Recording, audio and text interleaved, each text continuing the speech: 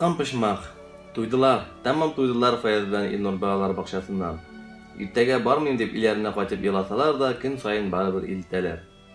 Tuydurdu, tamam tuydurdalarını pişmaqda basıb durur. Terbiyəşinligine kursin, ana bir damir da aşağı bitirmegen, ama bir söz de etmey. Fayaz bilan Ilnur'un hazır şeyler bala. Tın bulmağaç bulmayını təlinkənin tübünə düşüb. Abdurağaç Fayaz bitqasının üstəlisine boşadıb qarağan idi. Axırı tağın şul pişmaq bilan tamamlandı. Yarar, mınısına niçik tətüdüb bular, alda bitəli yıqı sağatı. Uf, tağın iştib aldı tərbiyeşi apaları pıldaşıb etqan iki malayını. Tuydular, tamam tuydular Fayaz bilan Ilnur. Tüzümlükləri bitkeş qaşırığa oyladılar. Baqşadan oynab kirgəndə kiyir itiklərini iştatıqa deb qaldılar da, tərbiyeşi apaları көрmәгән arada bütün kişiləri bilan illərinə iltkan tıqırıq bilab yögürdülər. Tek baribir ışqına almadılar. Tatlıqcan degan dana çıqqan damir, onlarını görüb tərbiyeşiga aytgan ekan. Gülfiye apalar ortlarından quva çıktı. Nice günler boyu dulagan buran tıqırıqqa qar salgan. Şuna da iki dost əllərini aldıra almadı. Həli birisi, həli ikincisi qar kütlərinə şumub çığa almay mışqıldaşıb bittiler. Şul arada Gülfiye apalar da kilib gitti. Hem ikisinin de qulaqlarından tutub baqşağa, tağın da dirtirəgi qadib pişmaqlarını alıp qayıdıb bitti. Fayaz bilan Ilnur ikinci gününü tərtibli ko'nərgə tırışdı.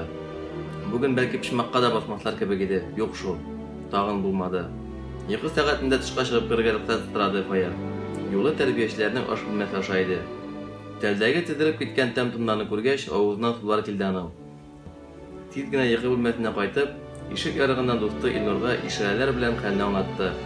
Etlikə degəndə Ilnur'dan da mahir kişi yox idi. Ayaq işlarına gına basıb, tegi təmli bölməgə yönəldiler. Təm tımını aşıq-pışıq avuzlarına tutqanda, "Qara güzəli bu nəni quraqlarını" deb tovuş qoptardı onlarni ko'rib olgan müdir Meryem apaları. Gün bitti degandagina, zo'r shkafning bir yag'idan Fayazning moshaq-moshaq kelgani eshitildi. Ishmasam tuygancha oshida olmadik. Bunisi shkafning ikkinchi yag'ida bosib turgan Ilnur tovushi edi. Ikkinchi kunni uramda o'ynaganda ular qat'iy qarorga keldi. Nechikda bo'lsa bundan qosharga ham maktabga borga. Onda yiqlatmaylar da, pishlab oshatmaylar da ekan. Ikki do'st planlarini turmushga oshirishga da kirishdi. Eng o'ng'ayli vaqtni kutib, tovushsiz nisligina maktabga shildilar. İkinci qatta shov-shuv eshitib shunda mindilar. Unda lineyga bor ekan.